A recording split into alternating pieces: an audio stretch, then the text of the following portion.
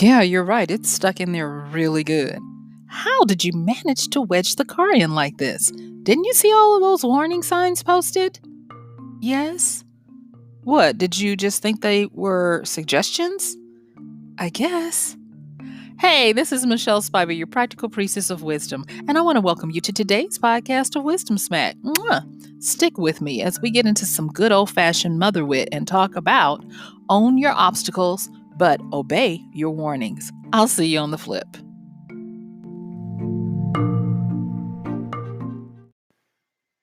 How to own your obstacles and obey your warnings. Okay, y'all, let's get into this one. This one today, this is kind of like just some good old fashioned mother wit that I want to share with you. Because if I can help you with this is going to be some alchemical stuff. You're going to be able to shortcut so many things that waylay you and cause you to be on the sidelines with stops and starts. To me, this is part of wisdom life training to help you better your flow of life. You know, that flow, that constant, continuous movement of going in a direction where you don't have a lot of starts and stops. Now, let me just quickly say, the A part was taken from a situation that I had when I was a teenager. I was using a family member's car, and the instructions were to go straight there and come straight back. Did I obey that? Nope. And I ended up putting the car in a ditch. Was bad weather outside, sleet that would, when it hit the ground, would freeze and look invisible, what we would call black ice. And yeah, spun out the car, put it in the ditch, had to call, and yeah. So that was one of the biggest, up to that point, one of the biggest warnings that I did not heed and that I assumed was simply an obstacle to be overcome. And not and that was not the first time. It was like, duh, I could not seem to get the lesson of how to identify warnings and take the wisdom of the warning accordingly. And it would continue to go on and on from there to the point where now, oh my gosh, I am giving to you many years of having to go through how to truly own an obstacle. When I say that word, own that obstacle, meaning that I got the lesson from it and I won it and I moved forward, but also to obey the warning. And the way we do things around here, if you're new to listening, we love etymology. We love to look at the genesis or the birth of a word, and we love to be able to look at information and then knowledge, and then help us to turn that knowledge into wisdom. And wisdom is not only when you can take the information and knowledge and act on it, but also a little step beyond that, where you're able to take that information and knowledge and use it in various ways to help you across various topics that you would understand. It's one thing to know how to use something, it's another to know how to manage it and wield it and control it. Okay, so here we go. So the first thing is, let's just get a baseline understanding of what obstacles and warnings are. So obstacle, the first time, not first time, but it was recorded showing up in some type of written record or standard in the 13th BC, so in the 1200s, and it has actually stayed true to its original meaning. It did come from the Latin, and that Latin word was obstaculum, and so and then we have upstare. We also have stare. And so to break it down, you can see the construction of how the word came to be.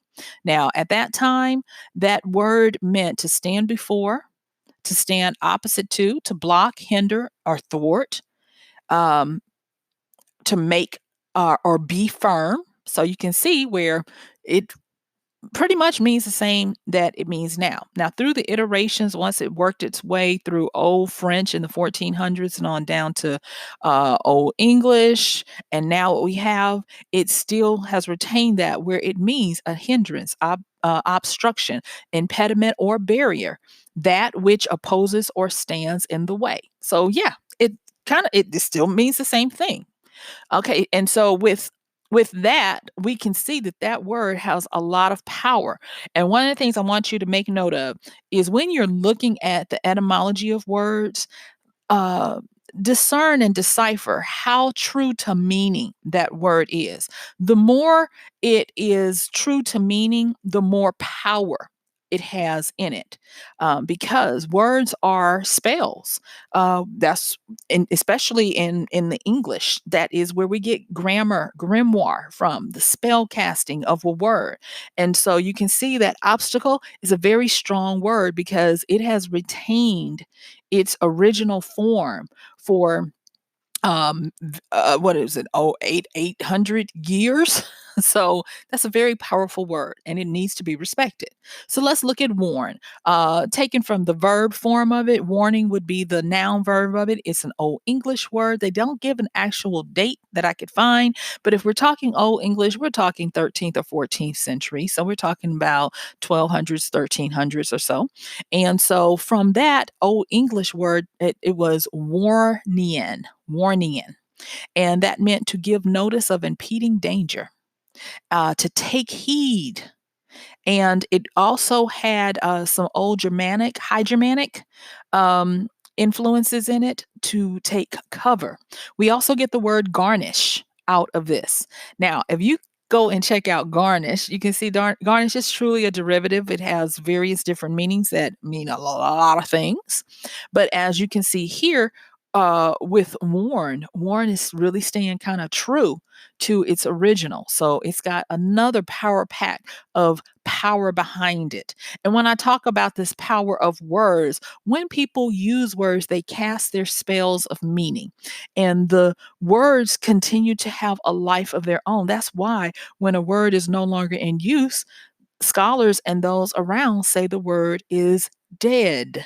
And so words have life and power just like we do. And when you are talking about or are dealing with obstacles and warnings, know that you're dealing with very powerful words. Okay. So now that I've said that, let me talk about something, a treatise that I use now with regards to obstacles and warnings. And the reason why I use this is because you need to start to understand the difference between a warning and an obstacle. And I'm going to say this: it's not as easy as just saying one is not the other or giving examples. And the reason why is because I have found, after all these years of bumping my head, that an obstacle and a warning they're kind of like twins, and they're not even twins. They're probably on the same coin, different sides, and it's really hard to differentiate from them or even separate them. And so even though I was really good at overcoming a lot of obstacles, it would take me too long, I believe, to understand that with every obstacle, there was always a warning, and not just a warning. There could be many warnings. And getting to the point where I wasn't just a fool rushing in head first, thinking that my tenacity, my faith, my power, my belief in myself was going to overcome these obstacles. I had to get schooled and learn, and I'm sharing those wisdoms with you today. I hope that's okay with you, okay? Because I'm telling you, if you can just grab any little tidbit of what I'm saying, it's going to help you. Learn from my mistakes, people. Learn from my mistakes. All right. All right. So, as you probably have already picked up as well, obstacles are also many times opportunities. And that's what attracts me, I know, to obstacles. I love new opportunities. I get bored with the same old, same old. I am always moving, forward thinking, always wanting the new, the now, the next. And so obstacles a lot of times are opportunities. Some people naturally gravitate to them. Some people naturally gravitate away from them. It is just basically your constitution, your locus of focus, locus of control, and all of that. And it's neither here nor there. But eventually, everyone is going to come up against an opportunity. And you see, I said opportunity instead of obstacle because they're one and the same a lot of times. All right. So I came up with this way of discerning what is the opportunity or the warning or a mixture of both. So you ready? All right. So I call it the sword and shield approach. Now, sword and shield, if you are thinking about it in a tangible way, I am, you can think of it as a real sword and shield. But I'm also going to tell you that those words can be symbols as well. For me, I've never picked up a sword in my life. I've seen one, but I've never touched one. And so I am not going to paint the picture that I am a great swords person because I'm not. But what I am is I'm a great swords person when it comes to the symbol of it. And a sword is also indicative of thought, ideas, creativity, and communication. Yes. So much so that if you want to see the imagery of swords throughout our contemporary history, when sometimes when you see someone lifting a sword up, depending on its position, depending on if it's pointing to someone, if it's over someone's head, if it has to cross over someone's head, think of knighting someone with a sword, moving them from one state of being to another, meaning that you are imparting wisdom and knowledge into them. You can start to see how a sword can be a symbol for knowledge, understanding. And so that's what I have now started to do.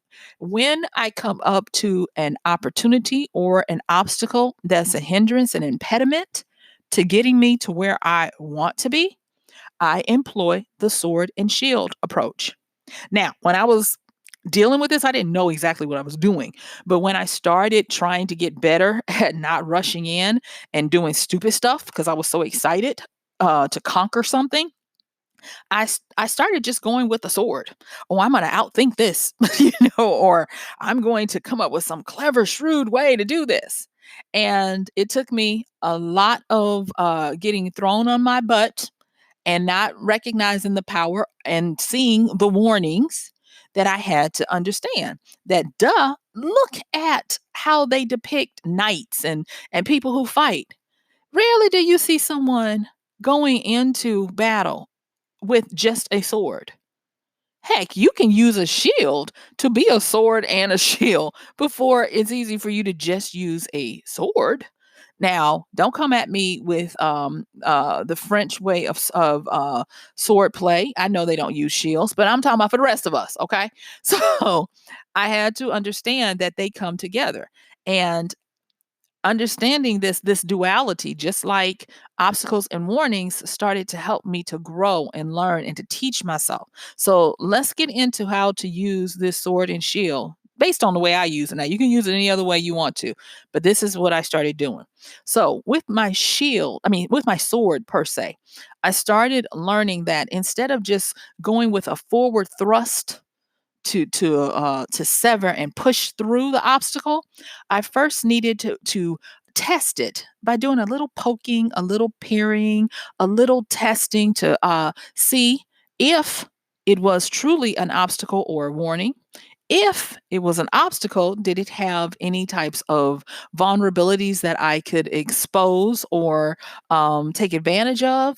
And just by changing my approach to that and being circumspect of the situation, it helped me tremendously. I started to realize that when we have things that we want to achieve and they look like they're right there, sometimes we need to get a little more prepared. And for me, sword play became learning how to do due diligence, learning how to vet people, learning how to learn more about the industry.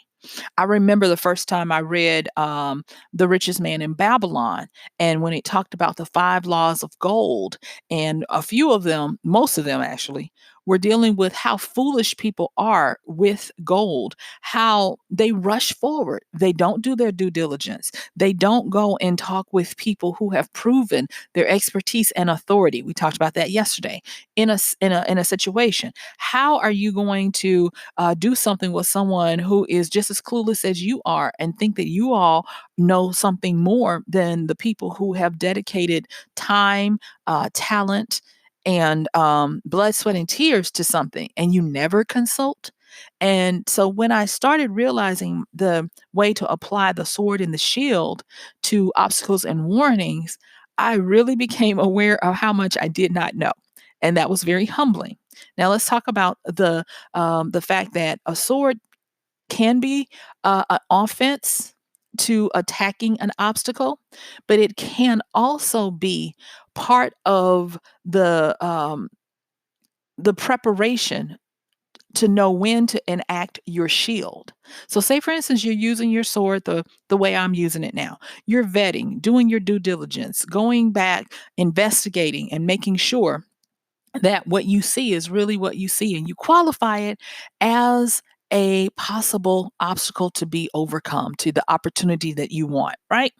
Well, by doing this, instead of just running head first, when the warnings come up, meaning the warnings could be something like, you're not ready because you don't have enough resources. You're not ready because you don't know the right power players, or you're not ready because you haven't developed the dexterity to wield the skills and the tools needed to do this.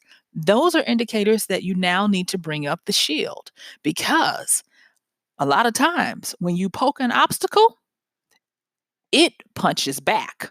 And that's when you need to have the shield. I try to explain this to my writing students, and I've used it in other terms, but I think now I'm going to start talking to them this way. I try to explain that when you engage in a creative act, creativity is a living entity. It's very powerful and concentrated, and it is going to take you on a journey. The very fact I have a process called create anxiety, create anxiety, where once you start a creative endeavor, it automatically triggers anxiety and other issues of an emotional bent, because you are dipping into the well of the creative, most pure, powerful, raw force of energy, known and unknown. And people take that for granted. And it's kind of like going boldly where angels dare to tread. And thus, when you get the resistance, the pushback from going into the creative domain, people are not ready for it. And so I think now, yes, if you're one of my writing students, you need to realize that when you endeavor to start creating, writing a book, creating a world, working on a script, a painting, or whatever, that you probably need to use this sword and shield stuff, because it's better to poke instead of to thrust, so that you get time to put the shield up when the obstacle bounces back. All right. So now that I've talked about some of the things, and again, the sword does not necessarily have to just be a physical thing. It can be wanting to advance into an area that was previously unknown to you. These swords of ideas, of truths, of communication and creativity are made to be on the offensive. But you always need to know that you have to have your shield as well, because warnings abound that there is danger ahead if you proceed. All right, so let me talk a little bit about these obstacles and warnings. Okay, so an obstacle exists to impede or stop your progress. We've already established that, but it also is there to teach you or make you stronger. It's there to qualify you so that you can handle and keep what you get on the next level. An obstacle can use distractions, confusion, deficiencies, and fear to hinder your progress. But understand that when you come up against a true obstacle, it's a challenger to make you different, to change you, and to grow you. And let's give respect to the warning. You see, warnings use previous experience from you and from others to help build your discernment. They pull from a vast knowledge of surroundings, past experiences, and the failures of others to help you if you will pay attention and obey them. You see, warnings exist to give you more information about an upcoming situation. They prevent your demise and they keep you on the right or best track to strengthen you and to help you prepare to defend, to reinforce, and even to guard against what's coming up. You see, a warning is not necessarily a cease and desist. A warning is a soothsayer, a prophesier that tells you of evil forebodings or things to be aware of that are coming up in the future. Now, why is it even important to know about obstacles, warnings, opportunities, however you want to couch that? I think it's important to know how to decipher them, how to deal with them, because they come with excellent benefits. And one of the biggest ones is that they give you longevity. You see, when you start to understand the power of obstacles and warnings and learn how to work with them, obeying them, and owning those obstacles, not giving up in the middle of the fight, they challenge you to grow and they strengthen you so that you can have staying power. You gain longevity when you go through obstacles and obey the warnings along the way. And one of the things that I had to start realizing was that I could not always just revel in my victories of remember that time when I slew through this obstacle? Yeah, that's fine because victories do help you to go forward. But I also had to respect my defeats and learn from them to build a wisdom bank of actions, of warnings to prevent future defeats. And so now that I respect my defeats and go back and do the postmortems and do the learnings, my warning bells go off way faster and they're highly sensitized now to see warnings that I would have missed even just a few years ago that helped me to take that information and to help strengthen the odds of me overcoming the obstacles that I come up against.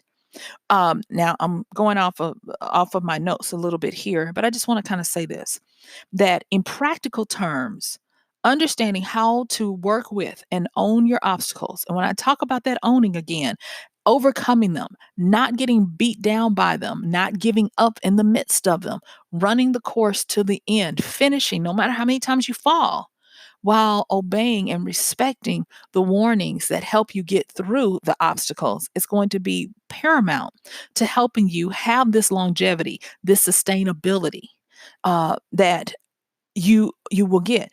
Another thing that I have found that obstacles and warnings help with is that they help us with self-reliance. And when I talk about that self-reliance, we have as humans, we are naturally gifted with a quick adaptability. For the circumstance that we're in, we might feel discomfort at first, but we can endure a lot. And I got that from David Goggins, the ultra marathoner, previous Marine, Green Beret Ranger and Navy SEAL, and he talked about the callousing of the mind and going through the obstacles. And like me, especially when I was reading his book, Can't Hurt Me, he talked about how many times he ignored warnings to just go forward. And now he's mellowed out a little bit where he can see them better and obey their wisdom that they impart to him to help him with his obstacles. And I really connected with that. And I was like, yes, it was kind of like an affirmation that I'm not as stupid as I would lead myself to think, of just continuing to batter through. But yes, there is a wisdom in the warning. There is a wisdom in recognizing it. And that was one of the things that was hard for me. The warning signals used to be invisible. But when I started employing that sword and shield tactic to poke a little bit, to parry a little bit, look for the vulnerabilities, look for the holes, look for what is not perfect, and start to do due diligence, vetting, stepping back a minute to reassess. The warnings started to come closer and started to say, hey, you need to consider this, or you need to check with that person, or you need to check this against that to see if they match up. And I started getting an insight and a wisdom to the knowledge and the information. And that moved me past the excitement of the obstacle, AKA the new opportunity, and has now saved me a lot of times that it would have not have gone as well. Because, like I said, benefits are you get some longevity and you get some reliance, because nobody else can really take your lumps for you when you're in your own life path. And too many times now, I know I am a forward person, but there are a lot of times that there are people like, I don't want to. I don't want to take the obstacles. I don't want to do any of it. But we all have to go through it. That's part of our life path. So as I'm closing down, I want to give you some additional benefits to this practice of working with your obstacles and obeying your warnings. And I first of all, I want to say that this is one of the strongest and straightest paths to gaining personal wisdom that I know of. This is a path that will help you to truly start to know thyself. All right. So, in addition to longevity and self reliance, going through the obstacles and warnings, learning how to tell which is which, and learning how to pace yourself to have the longevity to make it through them and gain the wisdoms that they give, you're going to learn self sufficiency as well. And I like what Epicurus says about this. He says, self sufficiency is the greatest of all wealth. So not only do you have reliance, meaning that when it comes down to it, you can depend on yourself to get something done. With your self sufficiency, that also means that you are always building on your skills, building on your tools, building on your education, your knowledge, and being able to do what it takes to meet the task, whatever the task is. The next thing is self awareness. Jose Ortega y Gasset says, tell me to what you pay attention, and I will tell you who you are. You see, when we are going through our obstacle courses, when we are paying attention to the warnings, we are learning, we are taking on the ability to look out for danger and to pay attention to that which would hinder us. And thus, our self awareness is strengthened because we know where to put our attention. You can always tell the difference between someone who has a lack of awareness and someone who is locked in on their awareness. And that is because when the crowd is looking at what someone directs their attention to, the person who has a sense of self centered awareness pays attention to first the danger and then the opportunity. Because whether they know or not, they have been in the school of learning how to own their obstacles and obey their warnings. The next one is you get a self education. Now, this is something that a lot of people don't realize that they are in, whether they want to be or not. Once you get out of formalized school, whether it be high school, college, or grad school, your learning does not stop. No, you are now thrust into a ever going, as long as you are alive on this plane, you are now thrust into the school of self education. And too many times people abandon the job, and it doesn't go away. It's just that they stop thinking that they have to continue to train, to learn, to educate, to grow past whatever formalized training. And you can tell when a person understands their need and their job for continued self education. And that is because those people tend to go boldly, they tend to not be hindered by the unknown because they have more tools in their tool belt of dealing with obstacles, of understanding and heeding warnings, but still progressing. Whereas someone else will stay confined and their circle of confinement gets shorter and shorter and shorter to where they are stuck, they are stagnant, and they are imprisoned in a small scope of what life means for them. They're scared to do anything. So, um, with regards to self education, Marcus Aurelius says it so well. He says, be tolerant with others and strict with yourself. And when he's talking about the strictness, he's talking about putting yourself on a regimen to always understand that you are here to teach yourself daily, die to self daily, learn, observe, and grow daily. And then self-restraint. Yes. And include, yeah, don't get it confused. We got longevity, resilience, or I mean, not resilience, longevity, excuse me, reliability, sufficiency, awareness, education, restraint. Benjamin Franklin says a little bit kind of like Marcus Aurelius, but he was talking about with regards to restraint. And he says, search others for their virtues and thyself for thy vices. And he talked about it as he was teaching about how he dealt with someone who didn't like him. And by instead of getting upset with this guy, he looked for what the guy loved, his virtue, and he loved books. And Benjamin Franklin asked him a favor to loan one of his precious books. And the guy did. And what Benjamin Franklin did, he never even opened the book, I don't think. But he was careful to take good care of the book, and he returned it in the time that he said he would. And by doing that, he and that gentleman became fast friends for the rest of their time. And that self restraint of not going after that person because they didn't like him, but instead looking for something that was virtuous, true, of purity within that other person, really demonstrated Benjamin Franklin's sense of self awareness and his self restraint.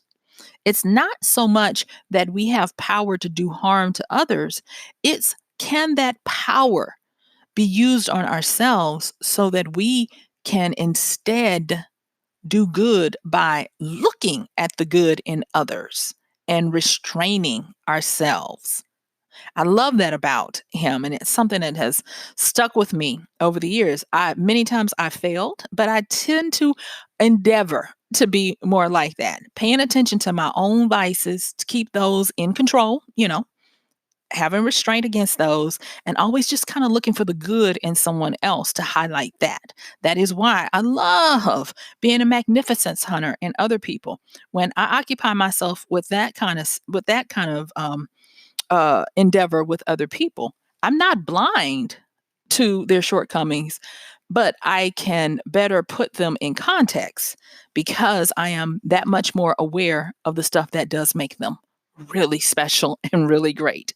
All right. So, and then another one is with regards to the benefits, self discipline.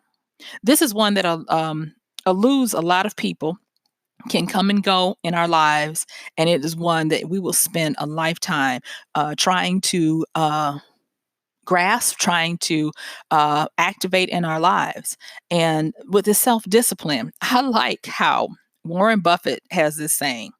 And Warren Buffett has been touted as the Oracle of Omaha. He has done great things with the way he invests, and he's humbled that we can see in his lifestyle and the like. And so this is what he says. He says, "You never know who's swimming naked until the tide goes out."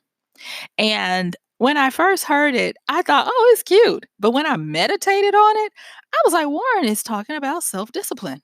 He is talking about the proverbial that many mothers have told their children, always have on clean underwear. You never know when you're going to get in an accident. You don't want anybody seeing your dirty underwear. So that was the same thing. So with this self-discipline occurs when nobody is looking, when no one is trying to applaud you or to take you down. Self-discipline happens because it is something that has to be done within you. And when we look at this whole idea of in this life you will have troubles, in this life you will have temptations, in this life you will come up to various tests that include struggle. You have to make sure that you are not caught out there lacking or swimming naked. And that was so powerful to me. And I mean, there are many other insights surrounding that term from Warren, but for today's wisdom smack, I just kind of want to put that one here in light of self discipline. And going back to the sword and the shield, there have been many times that I have found that I tended to use too much force in my sword attacks, my sword advancement, meaning my mind was running a race too fast for me and others to keep up with. I started having to learn self discipline of calming down all of those innovative thoughts and creative tendencies and urges that I had to pace myself. And I did not know, I would not have been able to articulate that that is what I would need when I started employing a more tepid um, engagement of how to go about engaging an obstacle and looking for the warnings. But it came because of going through those practices. And you guys, I'm going to just tell you, like I said before, one of my promises was is that I was going to hopefully help you to learn from some of the things that I've learned, some of the things that I've gleaned from observations, research, and working with other people. And as we're coming to a close, I'm going to not break them down. I'm going to recap them so that hopefully you'll be able to have a quick little checklist, and it'll help you to shortcut what it has taken me a long time to get. So, when we're talking about owning your obstacles and obeying your warnings, first and foremost, I want you to realize that they are not exclusive. Uh, I mean, excuse me, they are not separate. They are inclusive.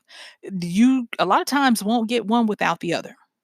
Also understanding that yes, obstacles can be presented as opportunities or vice versa. Opportunities can be presented as obstacles. The next thing is everyone's obstacle is not the same.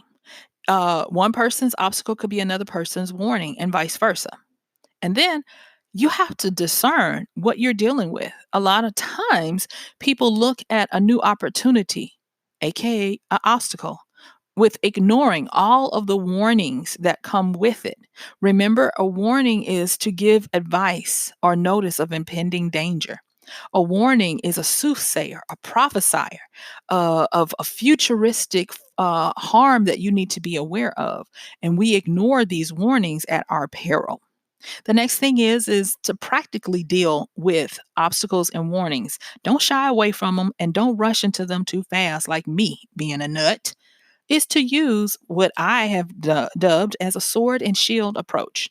And with that sword, instead of thrusting forward and slashing and cutting as I go, instead use a rule of engagement to test the environment by doing a few pokes here, a few parries there, of understanding how to look for opportunities of openings, looking for vulnerabilities, and giving yourself enough time for the warnings to emerge. And this looks like, in my world, doing your due diligence, vetting people, doing research, understanding the industry that you're going into or the subject matter of what you're going into. Learn the movers and the shakers, the secret power brokers before you rush in. And that gives you time for the wisdom of the warnings to come so that you can get your shield in place before the bad stuff comes to try you and to take you down, because obstacles are made to hinder you. And if you don't obey the warnings, the obstacles will take you out. If you're tired of constantly trying and getting knocked down, I would encourage you to understand that you might need to listen to the warnings. And if you've never heard them, stop and wait and hone into what are the wisdoms of what I could come up against. Everything, some people like me tend to be overly optimistic about life, and they don't realize that for every good, there is a shadow or a bad. And that we do ourselves an injustice when we don't realize that there is a full picture of depth and complexity presented. The next thing is to be happy in going through it. Don't avoid obstacles. Don't cringe before them because obstacles and warnings come with benefits.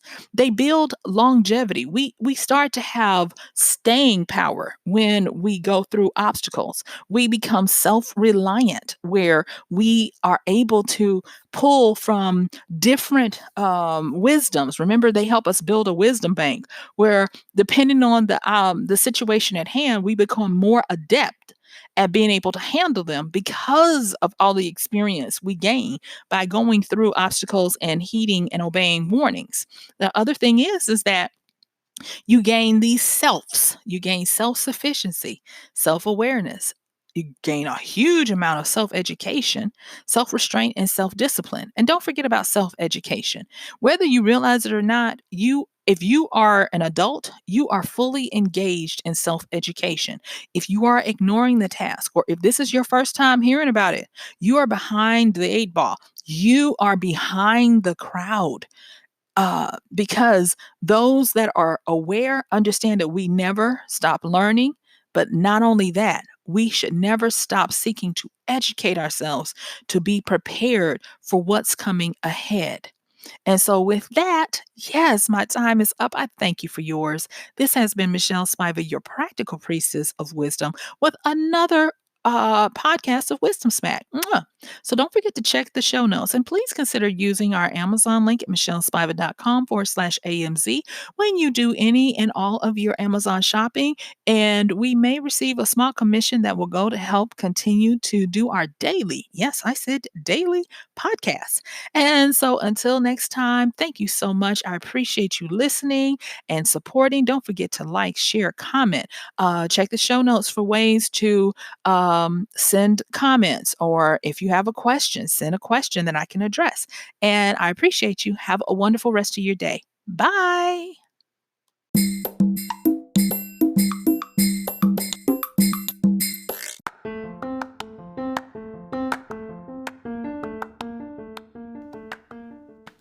And that's going to do it for today's podcast of Wisdom Smack with Michelle Spiva. If you like this podcast, please help us get the word out. Like, comment, subscribe, and even share. And if you really like it, please help us continue to get the word out by considering using this show's link for Amazon. So when you want to go to Amazon and you do all of your general shopping, please use MichelleSpiva.com/AMZ. It's simple as that. It doesn't cost you anything extra, and this show might receive a little bit of commission that will go towards helping to further get these episodes out to you and to others. So thank you so much for listening. This has been Michelle Spiva with Wisdom Smack. Bye.